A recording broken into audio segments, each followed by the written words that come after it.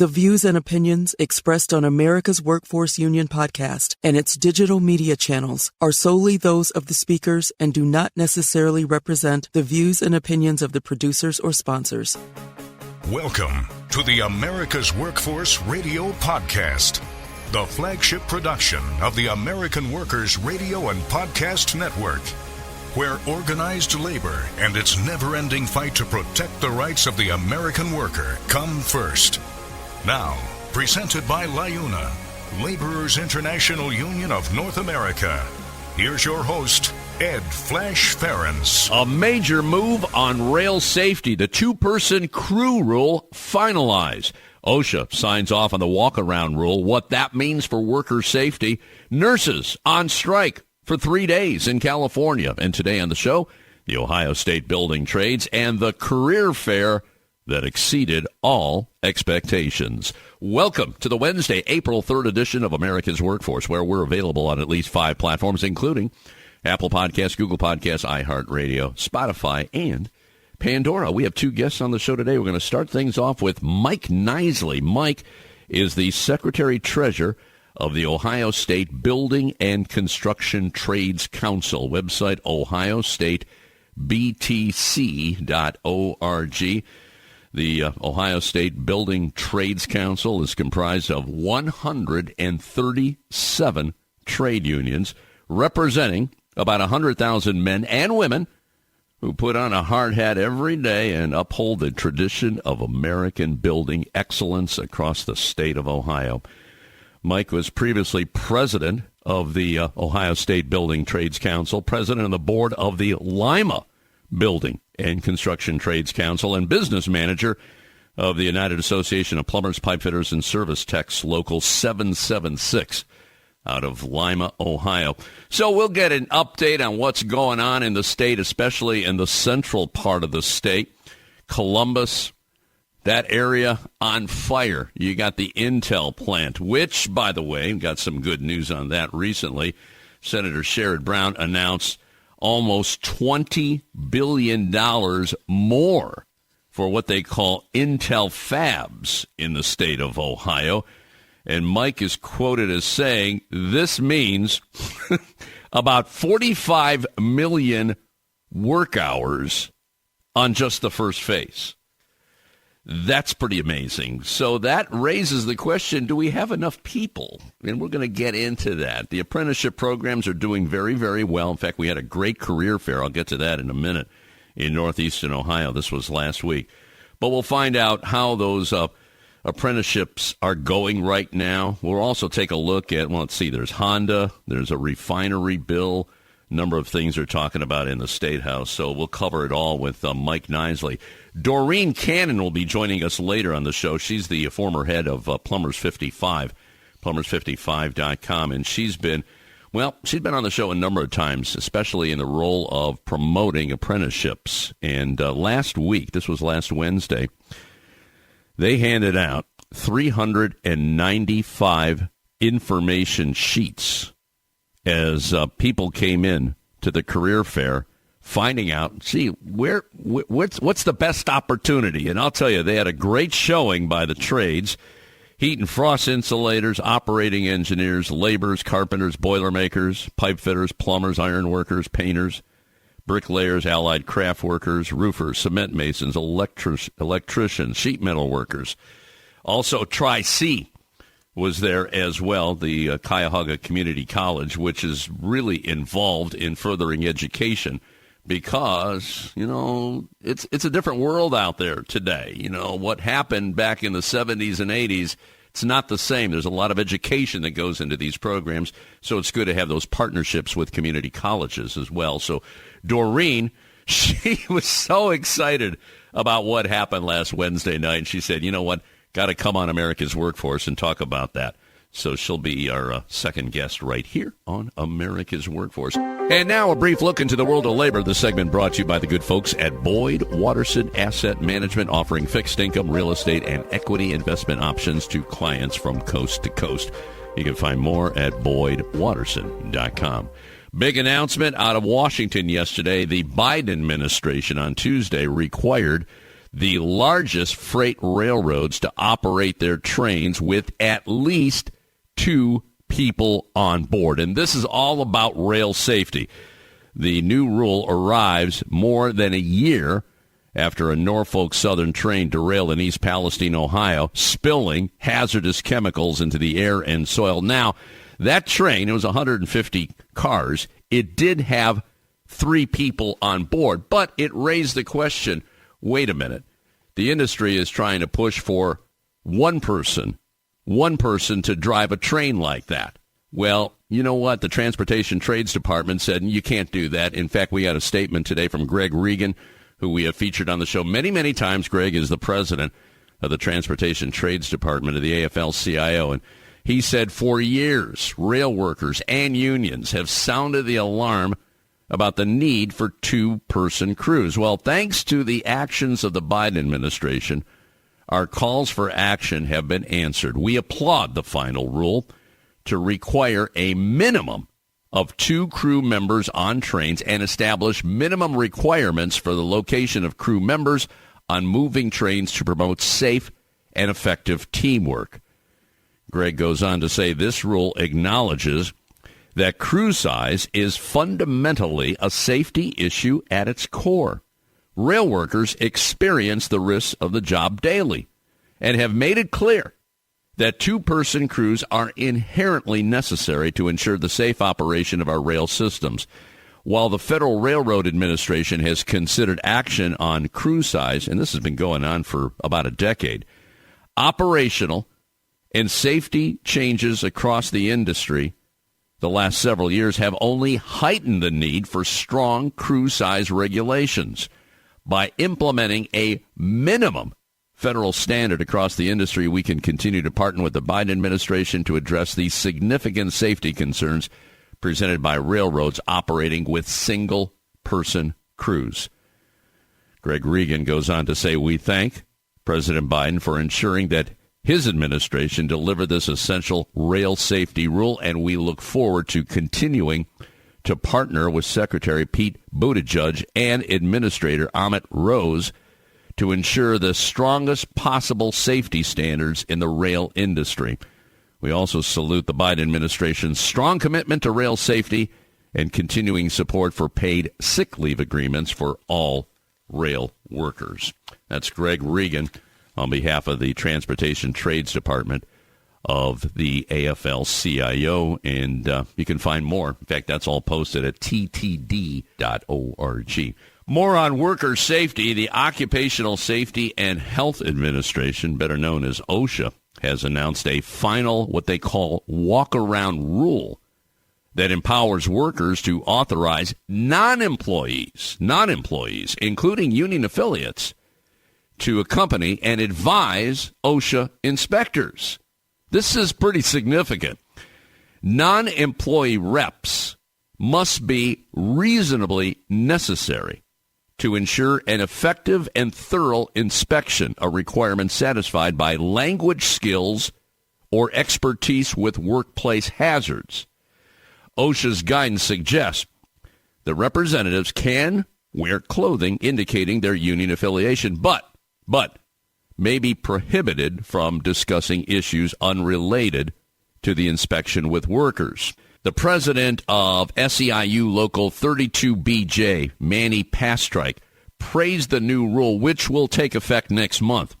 This is what he said. We commend President Biden for putting the force of law and the power of OSHA's authority behind the workers' right to choose their own representative, thus ensuring a fair and accurate inspection takes place. Now, there's going to be a challenge to this. Most likely, the Chamber of Commerce is considering all options, they say, including litigation. However, our friends at National COSH, that's the National Council for Occupational Safety and Health, they are saluting this. The recent tragedy, they report, in Baltimore is a terrible reminder about the thousands of U.S. workers each year who go to work but never come home. That comment from Jessica Martinez, co-executive director of National COSH. Tens of thousands more die from long-term exposure to workplace hazards, and millions more become sick or injured. by giving workers a stronger voice in inspecting their workplaces and correcting preventable hazards.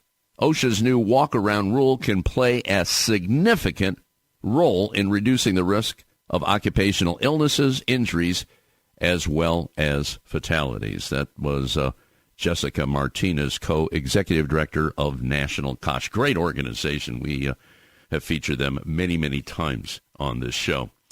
Let's go out to California in what is expected to be a 3-day strike impacting 3 hospitals and possibly patient care.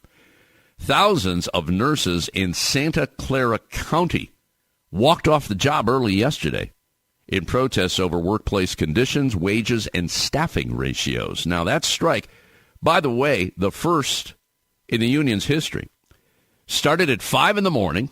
It's scheduled to end at 7 a.m. this Friday. It could affect county-owned clinics as well as its 3 hospitals, Santa Clara Valley Medical Center and O'Connor Hospital in San Jose and St. Louis Regional Hospital in Gilroy. 97% of the members of the Registered Nurses Professional Association, which represents 3,750 nurses working for the Santa Clara Valley healthcare system, voted earlier this year to authorize a 3-day unfair labor practice strike. The Nurses Association is asking the county for a 15% wage increase through October of next year, 5% annually retroactive to the expiration of the last contract in October. In a news release announcing the strike, the union said the county's wages just haven't kept pace with compensation at other local hospitals, both public and private. As a result, the Nurses Association said it's been difficult to hire and retain nurses and that many have trouble affording to live in the communities that they serve. Now, the county disagrees. They're saying that they have a competitive salary, the benefits are good, and they shouldn't be actually going on strike right now, but they did that anyway. Wages, though, aren't the only sticking point in those talks. The nurses union said the county has ignored unsafe staffing ratios and failed to make sufficient investments in resources to keep healthcare workers safe. Several county nurses said there's been an uptick in workplace violence in recent years, and the county hasn't done hardly anything about it.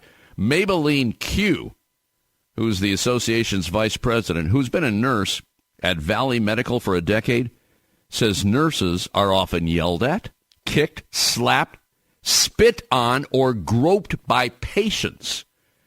Back in 2021, she was punched in the face by a patient who was upset he wasn't allowed to eat before surgery.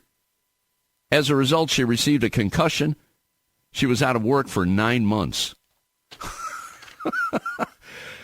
My gosh, we definitely have to support the nurses over there and that strike. It's on right now, and it should end at 7 a.m.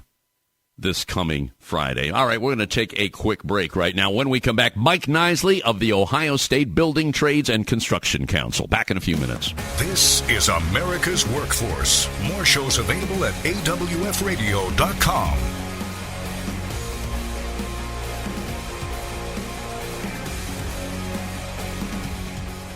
It takes LiUNA to build North America's infrastructure. From roads and bridges to schools and skyscrapers, the men and women of LiUNA, the Laborers International Union of North America, build the projects we depend on. From constructing the Freedom Tower on the site of the former World Trade Center to untangling Washington, D.C.'s congested interstate, LiUNA members do the work that matters. Find out what it takes to be built by LiUNA at LiUNA.org. That's LiUNA.org. America's Workforce is sponsored in part by Boyd Watterson Asset Management, LLC. Find out more about our investment solutions tailored to meet the needs of Taft-Hartley funds at BoydWatterson.com. Attention members of the Heat and Frost Insulators Union who are interested in traveling. Central Ohio has more construction projects on the books than anywhere in the U.S. Mega projects, large and medium-sized jobs are creating more work than our local 50 brothers and sisters can handle. Projects like Intel, the Honda LG battery plant, and multiple data centers for Facebook, Google, and Amazon offer union wages, overtime, and exciting incentives. Local 50 is seeking union travelers to meet the needs of its signatory contractors who can put you to work immediately. If you're a member in good standing and interested in the work opportunities in Central Ohio, visit insulators50.com/AWF travel for more information. America's Workforce is brought to you in part by the Communication Workers of America. You can find more at cwa-union.org. There is unity and strength for workers. We are the USW. We are the USW. The United Steelworkers. The largest industrial union in North America. We represent 850,000 members in the U.S., Canada, and the Caribbean. We work in metals, rubber, chemicals, paper, oil refining, atomic energy, and the service sector. We are steelworkers, standing strong and fighting for what's right. A great union requires a reliable election system. Survey and Ballot Systems is a trusted election partner with more than 30 years of expertise in managing union elections. By partnering with SBS, your union can ensure it gets an auditable process and a high level of customer service. SBS is here to help you conduct your union vote securely, transparently, and with trust building always in mind. Visit surveyandballotsystems.com to learn more. America's Workforce is brought to you in part by the Ironworkers. You can find more at ironworkers.org. America's Workforce Radio is sponsored in part by the International Union of Painters and Allied Trades, District Council 6, representing painters, glazers, drywall finishers, and sign and display industry workers. They remind you that belonging to a union is your right as an American. America's Workforce is presented by the Laborers International Union of North America. Feel the power right now at LiUNA.org. Now, back to Ed Flash Ferenc with America's Workforce. And remember, you can check us out on Facebook or follow us on X, formerly known as Twitter. That would be AWF Union Podcast, AWF Union Podcast. By the way, this next segment brought to you in part by the North Coast Labor Federation. Let's go to line number one. Welcome back to the show. Haven't had this guy on for a while. Mike Nisley. He is the Secretary-Treasurer of the Ohio State Building and Construction Trades Council. That website, again, is ohiostatebtc.org. So he covers all the trades in the state of Ohio, and there's a lot going on, especially in central Ohio. Mike, I was reading earlier, so you took over in, in 2018, and I know you come from the UA Plumbers and Pipe Fitters in Lima. We got to do a shout out here. That would be Local 776. But I'll bet you that time kind of flew by. I mean, you got the pandemic in the middle of that. Does it seem like it? Does it seem like it was 2018? It has been like a sleigh ride on steroids here. We got in 2018, late 2018, and we wanted to increase our exposure in Columbus. So late 2019 and right in the pandemic, we were in the middle of moving our offices. We got through that, and then everything started falling into place on the amount of work that just started falling into everybody's hands all around the state, but especially Central Ohio. And it's been nonstop since then. It just the months go by and the seasons go by so quick, but such a robust amount of work around Ohio. It has kept me a very busy man for the last 5 years. I know you know Dorsey Hager very, very well. We feature him on the first Friday of every month, so he's just 2 days away. And he's calling Central Ohio the new Silicon Valley because you got Intel, and then Amazon is increasing their presence there. Facebook, I mean, it's just growing by leaps and bounds. Did you ever expect something like this? And maybe we could talk about that, how this actually materialized. I mean, this caught a lot, including yourself. It caught a lot of people by surprise. Can you go back to how this was constructed? Yeah, so around Central Ohio, leading up to late 2021, the data centers were fairly busy, but not at the level they're at now. It had always been an institutional type town with colleges and hospitals, but all of a sudden, after President Biden got into office, we started seeing the effects around Ohio, but more so around Central Ohio. Whenever you have good policies like the CHIPS Act and infrastructure, it actually results in good results in cities like Columbus and Cleveland, really all around Ohio. And so we were just not caught off guard, but just surprised when Intel announced. Nobody really saw that coming. And then now that the CHIPS Act has finally been passed and finally into implementation and the money is rolled out, it is going to be just generational for decades on the end results of just that legislation alone, let alone on infrastructure or the IRA, with the EV plants going on around the region. Let's talk about Intel here, because that's a monumental project. It's going to create, it is creating a lot of jobs, at least 7,000 skilled trades jobs. And for years to come, too, it's not even done, and they're talking about expanding it.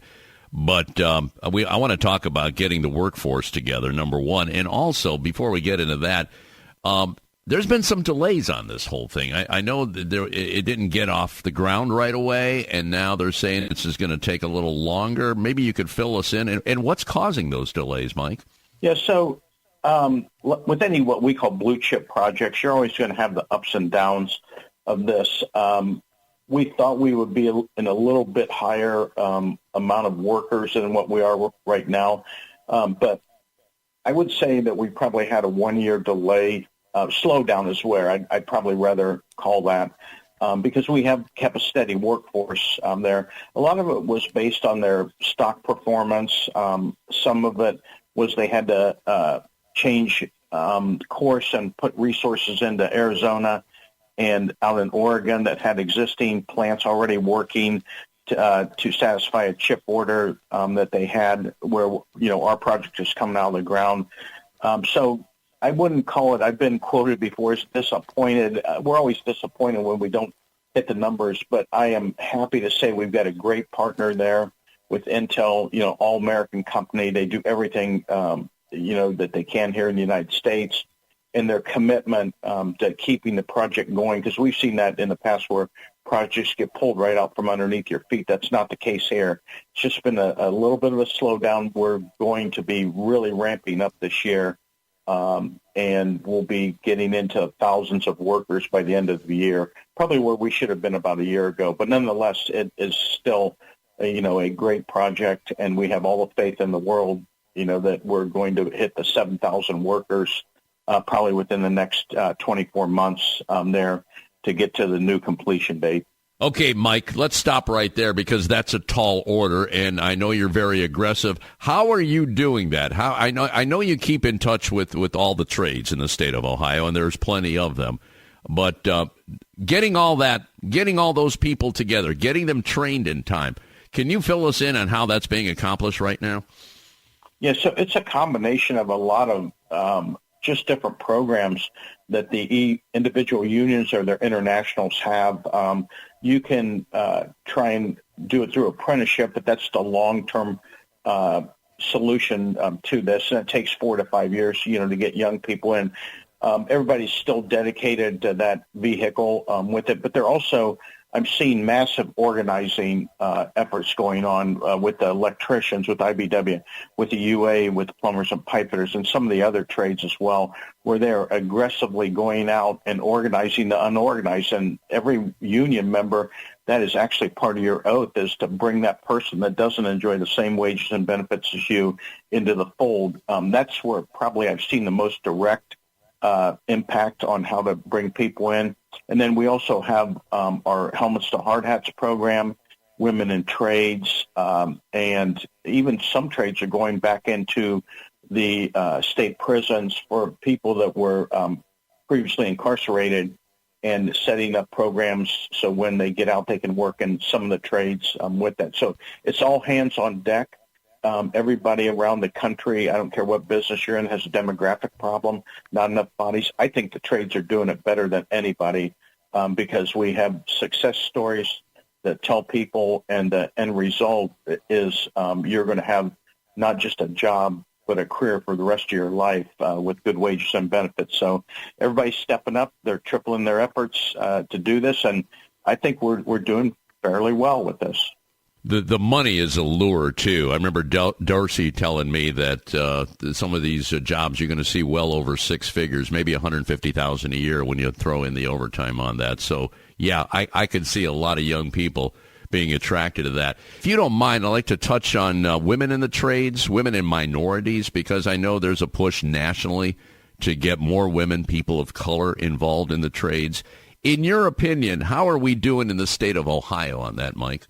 We're doing fairly well. It's in some areas of the state, it's a new program to set up, and so anytime you do that, you have to put a lot of resources into it, but the end result has just been phenomenal. I look at the Cleveland area and even Toledo. They've got probably two of the more mature programs out there. Somebody like Dorene Cannon from the UA55 Plumbers has been doing this, for decades there.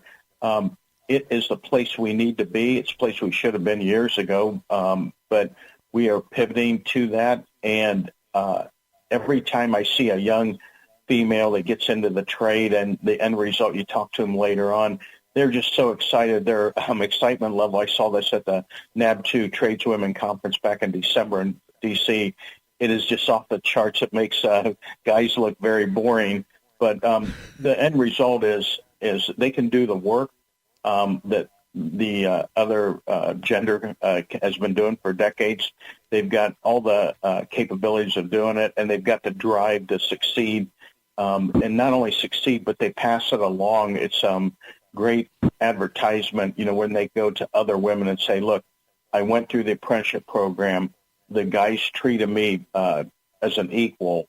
There was no harassment issues.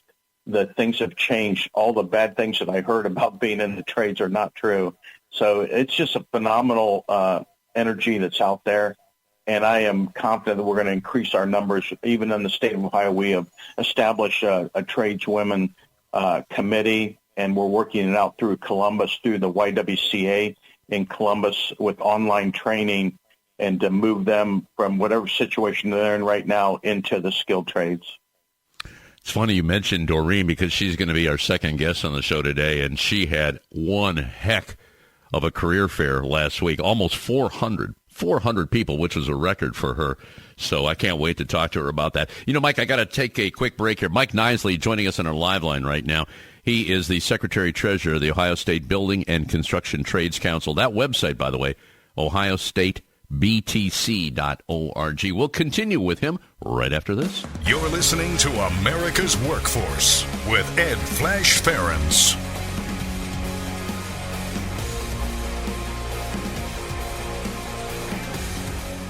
It takes LiUNA to power North America with affordable energy.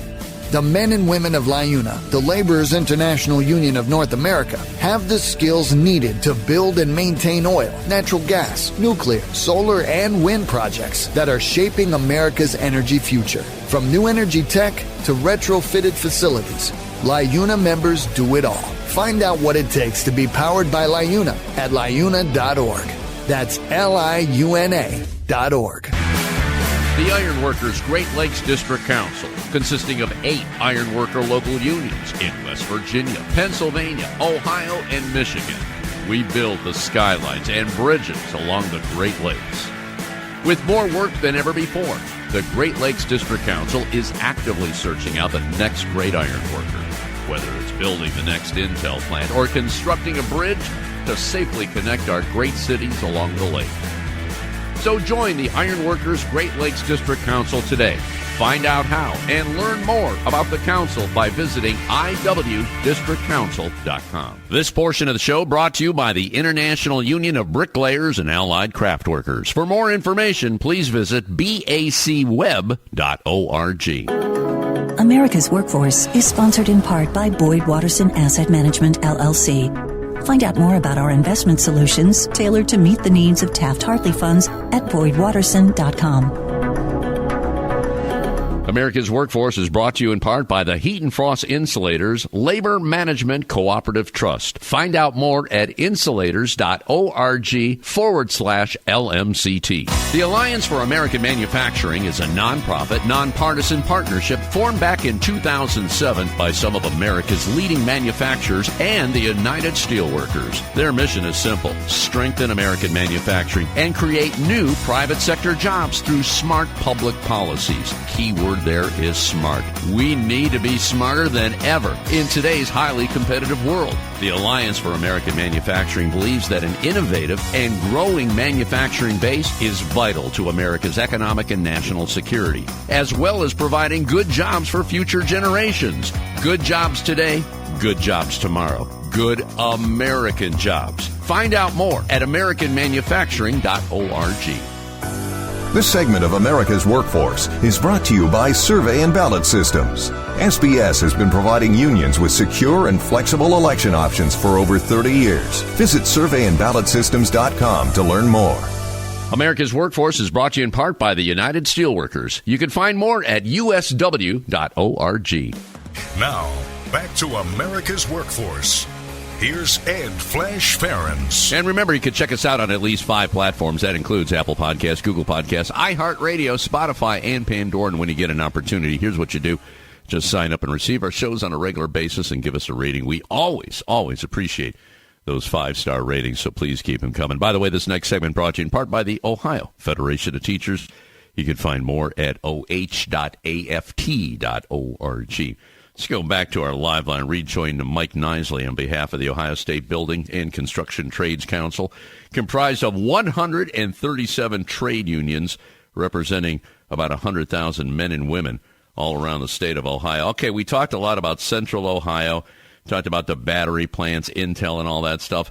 Outside of that, let's talk about Honda here. I think they're involved in a battery plant, and maybe you could fill us in on where the work is in the state of Ohio, and we can concentrate on that in this second segment. Also, I want to talk about a possible refinery bill, but let's start with Honda. What's the latest there, Mike?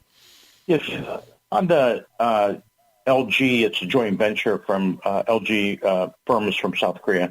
It's about 40 miles southwest of Columbus on I-71, not quite halfway between Cincinnati and Columbus, but they have a 3 million plus square foot plant that's coming out of the ground.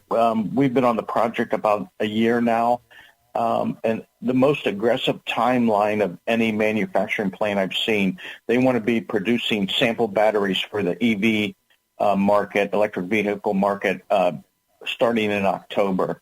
And is just a tremendous plant. It's state-of-the-art technology. You know, when you think back over 100 years where this country was when they went from horses to internal combustion engines, we're at that state now. And the trades have just stepped up. It has kind of in a unique spot between Dayton, Cincinnati, and Columbus, so you've got trade overlap from all those areas, even Portsmouth, Ohio. The iron workers were 3 to 4 weeks ahead of schedule, setting all the steel in the middle of winter. The roofers are doing a great job. The building is starting to get enclosed, and now comes probably the most intense part with the mechanical and electrical, with probably a combination of over 1,000 between pipe fitters and electricians, possibly even maybe 1,500 in 6 months to get this plant up and running. So I want to just first take my hat off to all the trades that have worked safely in there and have kept this project on time. And that's what we do here with the Union Building Trades. Yeah, safety is number one. Mike, it's funny you mentioned the iron workers because, well, first of all, we still do the show here at Local 17, Iron Workers Local 17. I started this during the pandemic, and this has been the home of America's workforce since. But the iron workers obviously involved in bridge construction, and you know what happened in Baltimore last week. And I know because of the all the great work that the Biden administration has done, they put a lot into the Bipartisan Infrastructure Act, which will obviously build more bridges and rehab the old bridges. I would imagine you being the head of the building, when you saw that bridge come down last week, that had to really set you back. And then think about what kind of traffic went through that channel on a daily, I mean, that's going to have a huge impact. But talk about the construction of that, and maybe you can do a shout out here to those who are going to rebuild that bridge. Any thoughts on that, Mike? It tore my heartstrings, just like it did everybody. When you saw that go down in just a matter of seconds, I keep thinking about, for decades, this country, we haven't paid attention to infrastructure and showing, our highways, the amount of potholes that you have to navigate through there. And everything seems to be falling apart in this country. But on the flip side, in the last couple of years, because of the Biden administration and the passage of the infrastructure bill, which is one of the first major pieces of his legislative career, to actually not only help the building trades, but it goes deeper than that. It helps the communities, for decades to come. That gives me pause, and it gives me, hope that this country is going to get back on their feet and treat infrastructure instead of letting it go for decades, and then you want to rebuild it, and just the wild swings of it, that we're actually going to take care of things and maintain and have bridges, that are strong enough to withstand accidents like that, and go into just greater concern for the American public with that.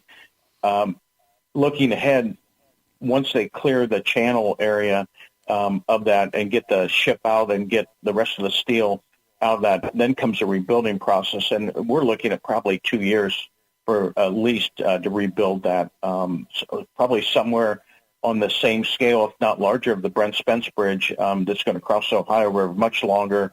But it will be a testament, to not only the union tradespeople that are going to work on that. That's a shout out I'd like to put out there, but also a testament to America, that we always rebuild from accidents like this. But once again, from the 100,000 men and women that make up the union building trades here in Ohio, just our thoughts and prayers to the people in Baltimore, especially the victims, that perished because of that.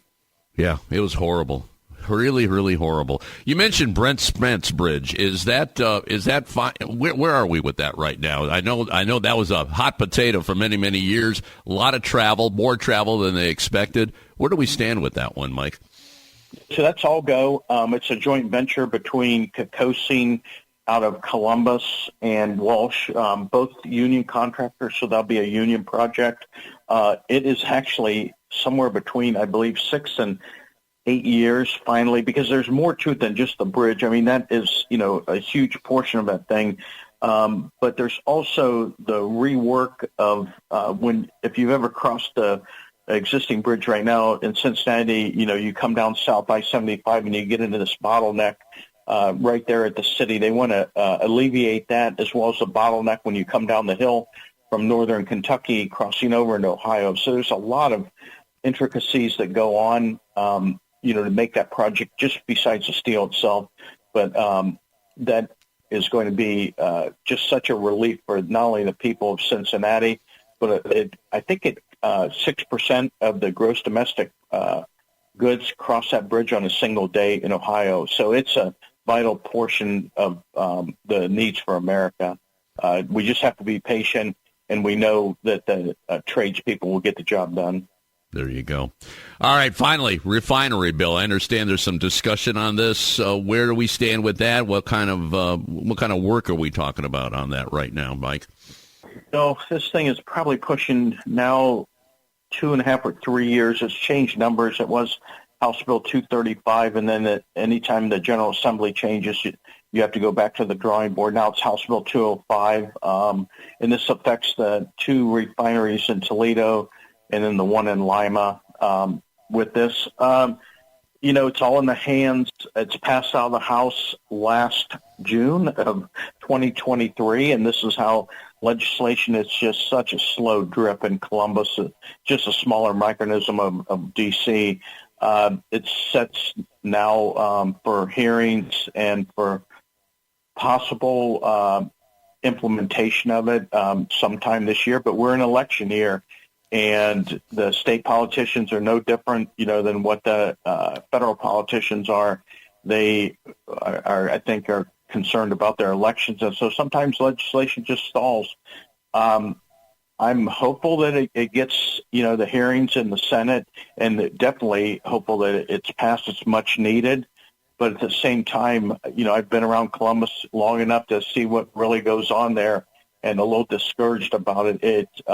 It's got heavy opposition from the Ohio Chamber, from the Business Roundtable. Americans for Prosperity have run ads against politicians that supported it. But I came from that industry. I've worked in those refineries.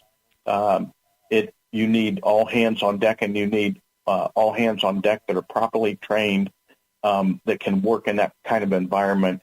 You don't want to just hire the local kid that delivered pizzas the day before and put him in that kind of environment and expect to have successful results. Because the problem of it is when those refineries go boom, it devastates the entire community. It's a very volatile industry. Yeah. Well, hopefully they'll move forward on that. It's funny you bring up the legislature. I had a conversation with Tim Berga yesterday, the Ohio AFL-CIO, and he said that this is probably one of the least productive legislative sessions going back to probably 40 years. So it's sad that, projects like this, which are needed, are not getting done. All right, Mike, I'm going to leave it on that note. Thank you so much for the time. Mike Nisley, Secretary-Treasurer of the Ohio State Building and Construction Trades Council, website ohiostatebtc.org. They are a force in the state of Ohio. Mike, you take care. Stay safe. We'll talk down the road, okay, brother? Thank you very much for having me today. All right, we're going to take a quick break. Dorene Cannon. She managed one heck of a career fair last week in northeastern Ohio, and she's going to talk about it next. This is America's Workforce.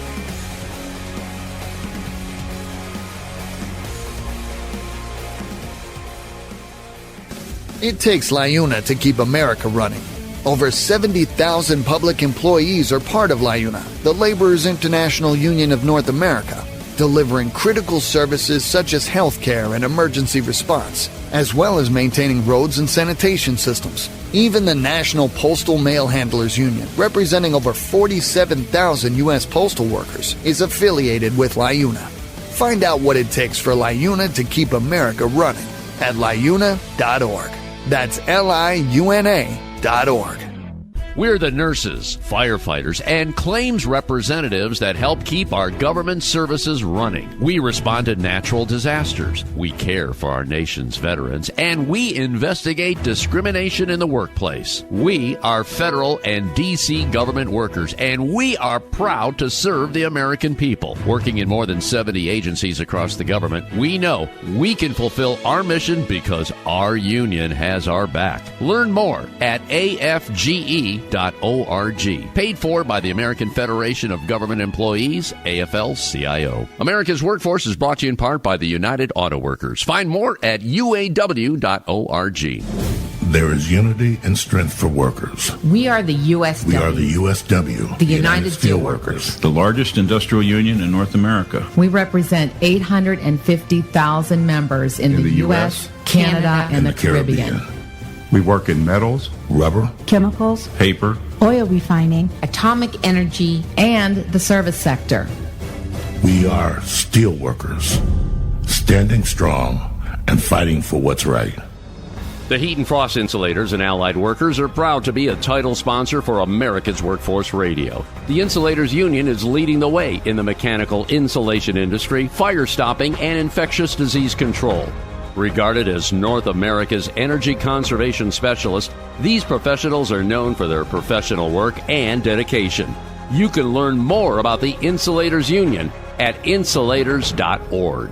America's Workforce is brought to you in part by the International Brotherhood of Teamsters, where you can find more at teamster.org. Union members need to be heard. Reliable and convenient union voting has never been more important than it is now. Make voting easy for your membership by working with survey and ballot systems. SBS offers encrypted and monitored solutions that ensure your elections are accurate and accessible for every member through mail-in, online, and in-person voting. Visit surveyandballotsystems.com and take the next step in getting secure and auditable elections. Are you looking for a new healthcare partner for your union members? Let Anthem Blue Cross and Blue Shield be your champion, making sure your members live their healthiest lives. Now more than ever, it's important to have a partner you can trust, one who understands the unique challenges unions face. Anthem provides a variety of options to meet your organization's needs and helps you control costs without sacrificing quality of care. For more information, visit anthem.com/labor and trust. Hey, this is Sean McGarvey, and I'm president of North America's Building Trades Unions, and I'm a proud listener of America's Workforce. I love this podcast. America's Workforce is brought to you in part by the International Federation of Professional and Technical Engineers. You can find more at ifpte.org.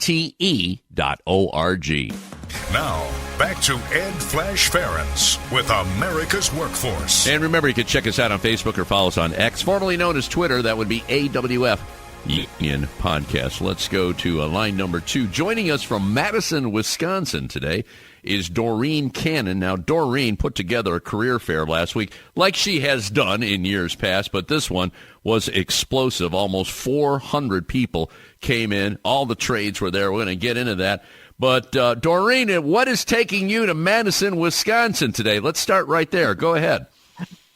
So I am here for an ASSE, which is the American Society of Sanitary Engineering, mid-year meeting. I sit on the board of directors.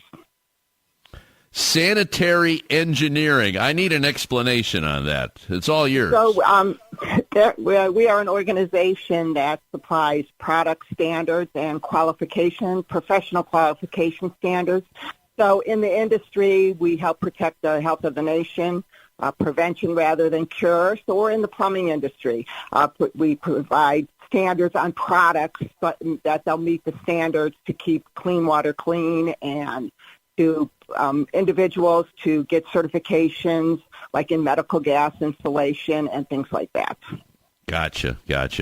We should point out that Doreen was the past president of Plumbers Local 55 in northeastern Ohio. That website, plumbers55.com.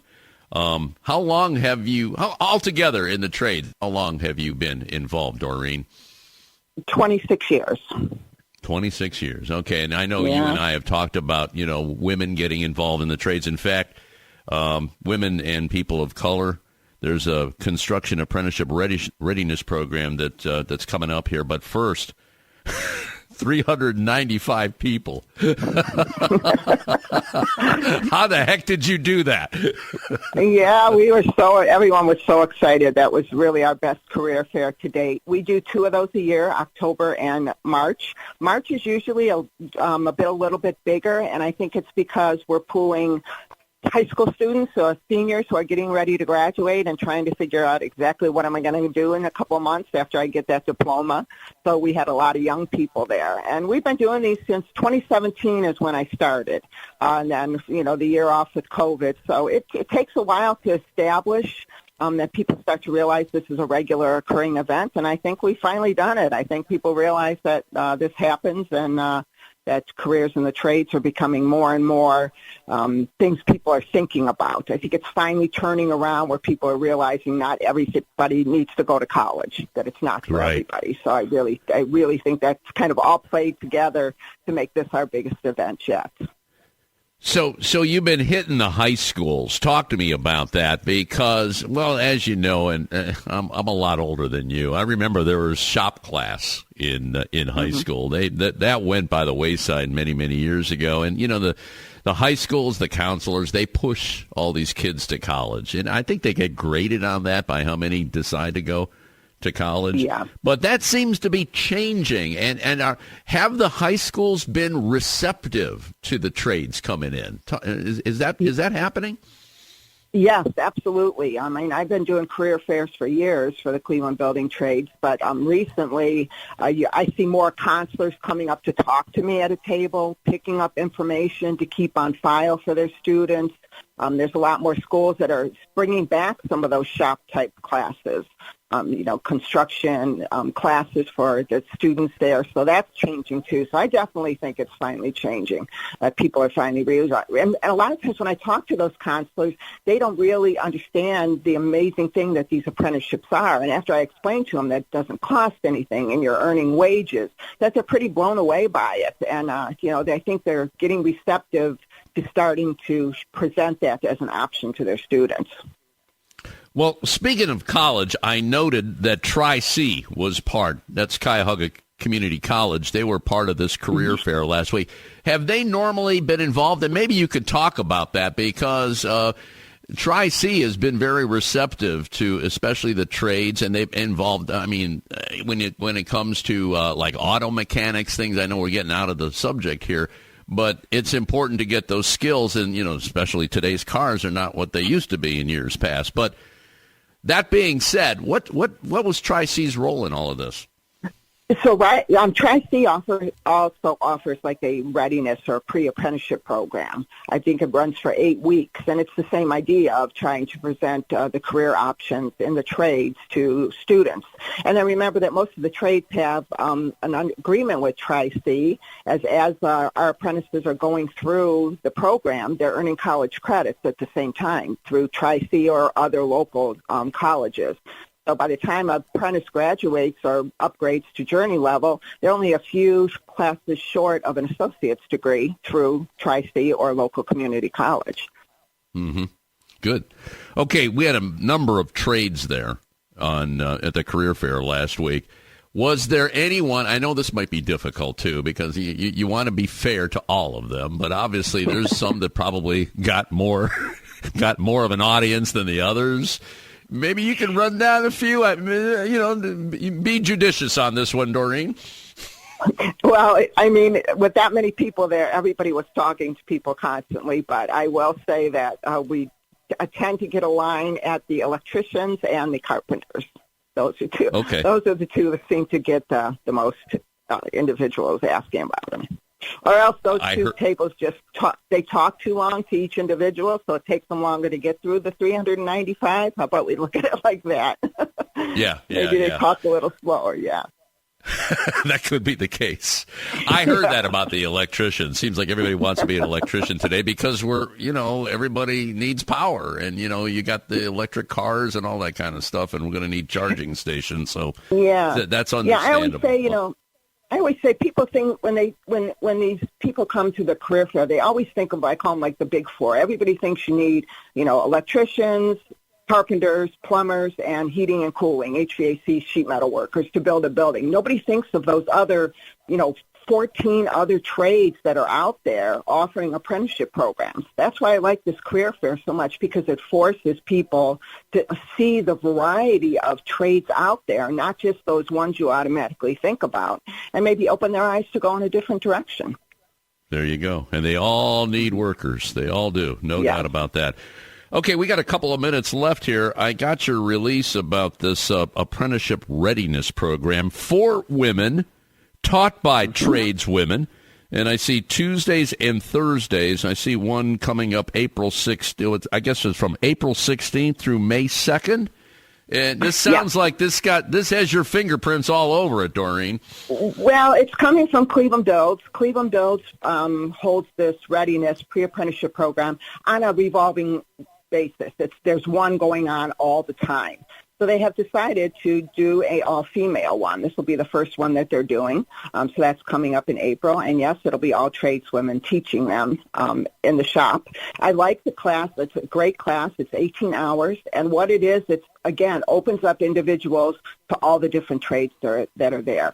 They brush people up on math to get them ready to take some of those entrance exams to get into the apprenticeships, the shop projects, using all different kinds of tools. They had talk about all the different trades. And at the end, when someone completes the program, they help with placement. So if you do decide you want to become a pipe fitter, they'll get you in the right direction, point you to the person to talk to. If you want an individual to talk to, they can connect you with them, kind of a mentoring program. So it's really, really great. It's perfect for someone who wants to get in the trades but doesn't know which direction they want to go. And maybe they need a little self-confidence, just working with some tools, doing some shop projects. brushing up on math, give somebody the confidence they need to go ahead and take the next step into an apprenticeship. I like it. Union Construction Apprenticeship Readiness Program for women taught by tradeswomen Tuesdays and Thursdays from April 16th through May 2nd, and it runs from 5:30 to 8:30. It's funded by Sherwin-Williams. Here's a phone number, too, 216-314-1682. Let me repeat that, 216-314-1682. Doreen, great job. I'm going to let you go back to your conference there. Please stay in touch with us here on America's Workforce, okay? Thank you. Thanks for the opportunity. All right, that's it for another edition of America's Workforce. Tomorrow, the International Brotherhood of Teamsters and Life on the Grocery Line. Until then, all of you have a safe and wonderful day. That concludes another episode of the America's Workforce Radio Podcast. Thanks for listening, and be sure to subscribe so you never miss a show. America's Workforce is a production of Labor Tools and BMA Media Group. Find out more information online at labortools.com.